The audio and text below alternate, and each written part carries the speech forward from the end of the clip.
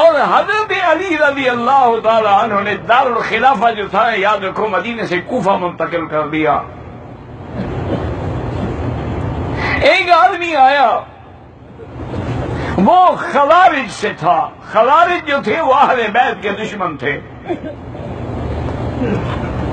اس نے آ کے کہا بالکل یعنی جمعہ کے بعد مجمع ہے، لوگ ہیں بھرے ہوئے ہیں، اور نے کہا کہ ایک تو حضرت علی تم نے اتنی بڑی غلطی کی ہے کہ دارالخلافہ حضور کے زمانے میں مدینہ تھا، ابو بکر عمر عثمان کے زمانے میں مدینہ تھا، تم نے مدینہ کی عزت و عظمت کو ختم کر کے کوفے کو دارالخلافہ بنا دیا۔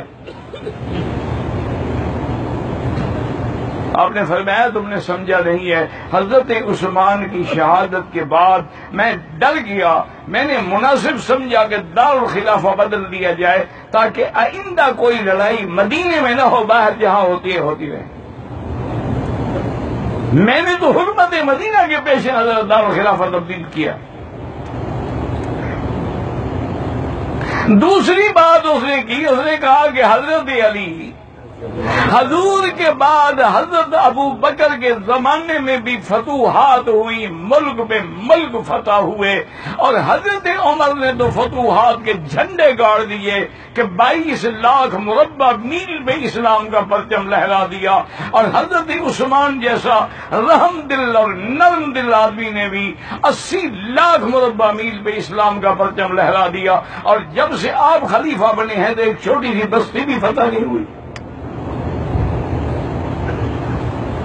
اس نے حضرت علی رضی اللہ تعالیٰ عنہ، کیونکہ خارجی تھا وہ، خوارج تو خوارج ہے، اسی لیے حضرت علی کی ایک بات یاد رکھیں، آپ نے فرمایا تھا سیہلک فی فئتان، میرے بارے میں 2 جماعتیں گمراہ ہو جائیں گی، محب مفرط و مبغض مفرط، ایک وہ ہوں گے جو میری محبت میں بڑھ جائیں گے اور مجھے مولا علی مشکل کشا حاجت روا خدا بنا ڈالیں گے، وہ بھی ہلاک ہو جائیں گے، اور ایک وہ ہیں جو میری دشمنی میں بڑھ جائیں گے، مجھے مسلمان بھی نہیں سمجھیں گے، خوارج، یہ دونوں برباد ہو جائیں گے۔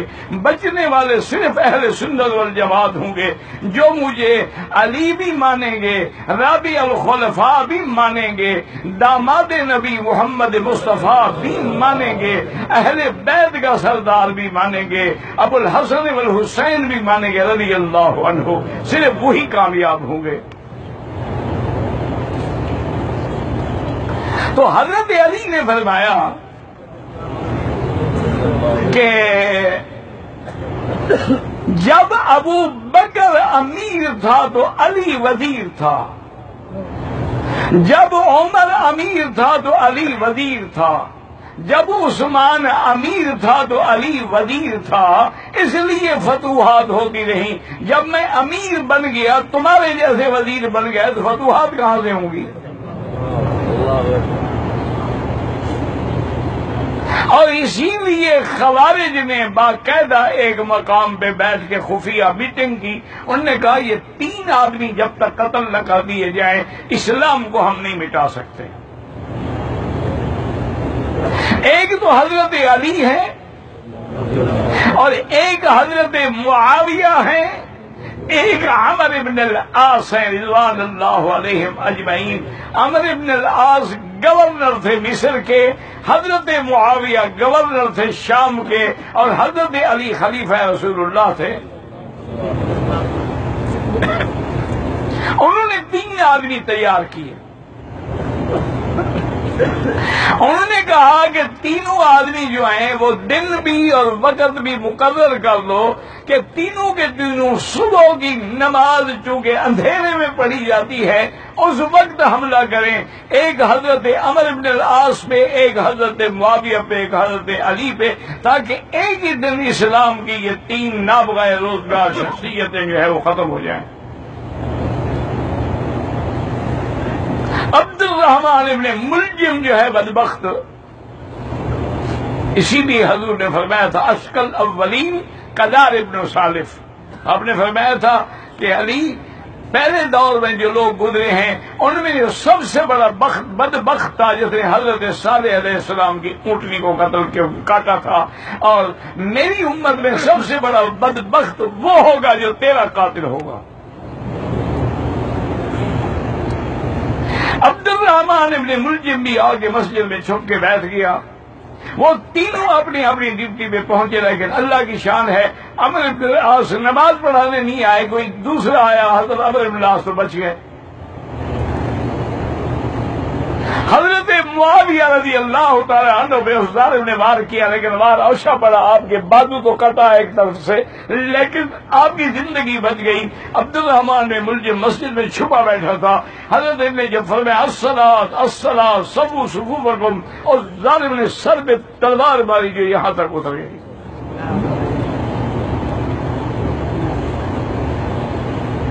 آپ نے اسی وقت بھی فرمایا فزت ورب الکعبہ، مجھے رب کعبہ کی قسم میں کامیاب ہو گیا.